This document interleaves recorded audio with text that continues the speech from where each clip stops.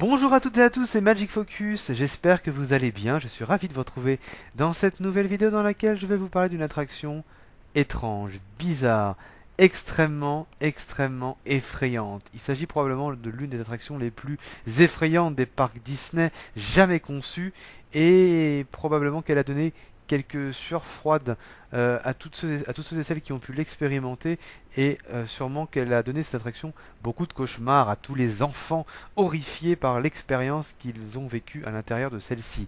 D'ailleurs, l'attraction a été non pas interdite aux enfants, mais déconseillée aux plus jeunes. Il s'agit de Castle Mystery Tour à Tokyo Disneyland. Nous allons voir un petit peu l'histoire de cette attraction. Et puis ce que les guests pouvaient vivre à l'intérieur de celle-ci. L'expérience était un véritable cauchemar, vous allez voir pourquoi.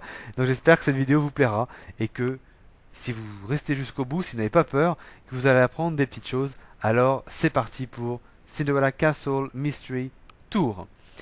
Alors, tout d'abord, il faut se remettre un petit peu dans le contexte. Tokyo Disneyland ouvre en 1983 avec le château de Cendrillon qui est à peu près une réplique de celui du Magic Kingdom.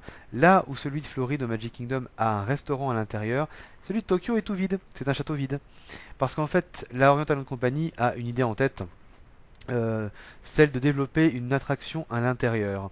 Taram et le chaudron magique, c'est un petit peu le Disney de l'année 1985, et même si le film est plutôt un échec cuisant, eh bien la Oriental Land Company veut développer une attraction de type parcours à pied dans les caves et donjons du château à la rencontre des méchants Disney, dont justement le Seigneur des Ténèbres de Taram et le chaudron magique.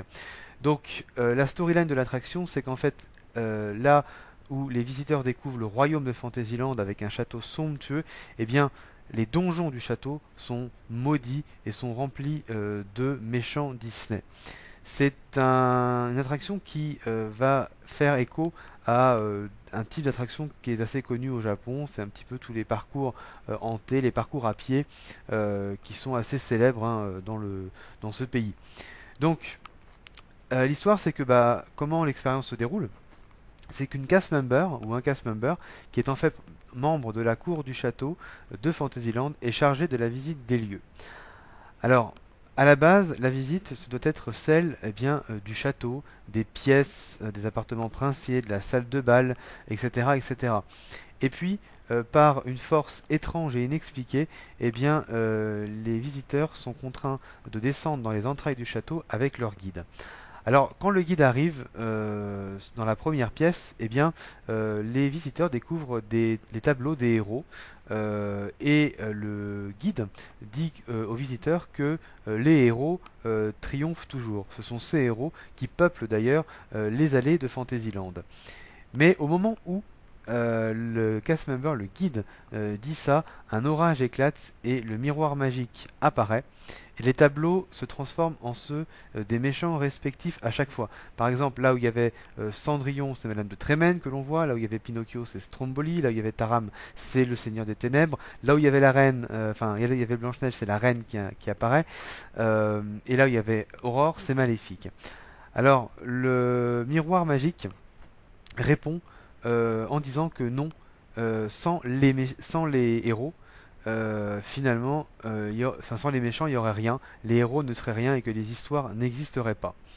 Alors les visiteurs n'ont pas le choix que de poursuivre leur chemin face à eux s'ouvre une grande porte et c'est en fait le laboratoire du donjon de la reine. On entend les rires de la reine, les rires macabres de la reine, on voit l'ombre de la reine qui se transforme pour évidemment se déguiser en vieille sorcière. Ensuite, nous avons des allées sombres avec des squelettes et des têtes de mort qui demandent aux visiteurs de poursuivre leur chemin avant que la reine ne les voie. Quand les visiteurs traversent le château, ils voient un extrait d'une nuit sur le Mont Chauve, avec le méchant de Fantasia. Et puis, plus ils descendent et au plus les allées sont serrées, au plus il fait noir. Il y a des bruits de chauves-souris. Les visiteurs voient aussi des yeux rouges qui les suivent du regard. Bref, c'est vraiment pas rassurant tout ça. Et ça ne fait qu'empirer puisque les visiteurs arrivent sur des ronces qui sortent d'un château au loin. C'est en fait le château d'Aurore, et c'est Maléfique hein, qui étend les ronces comme elle fait dans le dessin animé, des grooms de part et d'autre surveillent les visiteurs, et puis quand les visiteurs continuent leur chemin, ils tombent nez à nez avec un dragon. Et la tête de ce dragon, eh bien, c'est celui qui servira ensuite de moule pour la création de l'audio animatronique sous le château de Disneyland Paris. Les visiteurs descendent ensuite en ascenseur dans les entrailles du château encore, ils descendent encore et encore, et ils se retrouvent dans une pièce qui est remplie de tapisseries qui racontent l'histoire de Taram et le chaudron magique. De magnifiques tapisseries, mais au sol, il y a des restes humains et des squelettes absolument partout. Le miroir magique apparaît une nouvelle fois pour un ultime défi, puis les visiteurs rentrent dans une grande pièce où ils peuvent voir un animatronique impressionnant et extrêmement effrayant du Seigneur des Ténèbres qui apparaît en disant aux visiteurs que personne ne peut sortir d'ici, vous serez sacrifiés au chaudron noir, vous ferez partie de l'armée des morts, vous serez les servants du diable, le chaudron noir veut plus de corps et d'âme, personne ne peut me détruire. Un visiteur est bien sûr choisi au hasard, on va dire presque au hasard, pour défier le monstre avec une épée de lumière.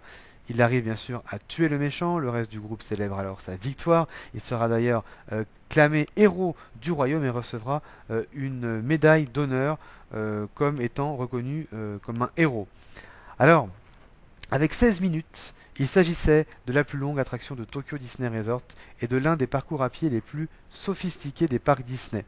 Le succès de cette attraction ne s'est pas démenti puisqu'elle a tout souvent atteint 3 à 4 heures de fil. Et en 1994, Disney déconseille cette attraction aux plus jeunes. Elle ferme alors définitivement en 2006. Alors elle ferme pour deux raisons, déjà parce qu'elle est jugée beaucoup trop effrayante évidemment, mais aussi parce qu'il y a une nouvelle loi antisismique qui arrive au Japon et qui se doit de s'attaquer aux fondations du château de Cendrillon qui doivent être refaits, en tout cas être mis au goût du jour pour répondre à cette loi. Et du coup, cela a permis de détruire l'attraction. La Oriental Land Company, propriétaire de Tokyo Disney Resort, décide de ne pas reconstruire l'attraction. C'est donc en 2011 que ouvre une nouvelle attraction dans le château de Cendrillon. Il s'agit du Cinderella's Fairy Tale Hall, qui en fait se veut incarner la promesse de départ qui était prévue lors de la visite d'origine faite pour le Castle Mystery Tour. Alors cette attraction a été souvent classé comme un petit peu à part, un peu hors série hein, dans les attractions Disney. C'est l'attraction la plus effrayante jamais créée, la plus étrange également, et probablement que beaucoup de ceux qui l'ont expérimenté s'en souviennent. Voilà, alors comme il y a très peu d'images évidemment sur cette attraction, je vous invite à regarder des vidéos YouTube. Il y en a de bonnes, de certaines qualités. Alors il fera toujours un peu sombre parce que l'attraction était sombre, mais voilà, ça vous permettra de vous rendre compte parce que c'était un véritable cauchemar cette attraction. Donc voilà, j'espère que cette vidéo vous aura plu. N'hésitez pas si c'est le cas à vous abonner, à liker, ça me fait vraiment plaisir. Et quant à nous, on se retrouve dans une prochaine vidéo. Merci d'avoir regardé, à très bientôt. Salut.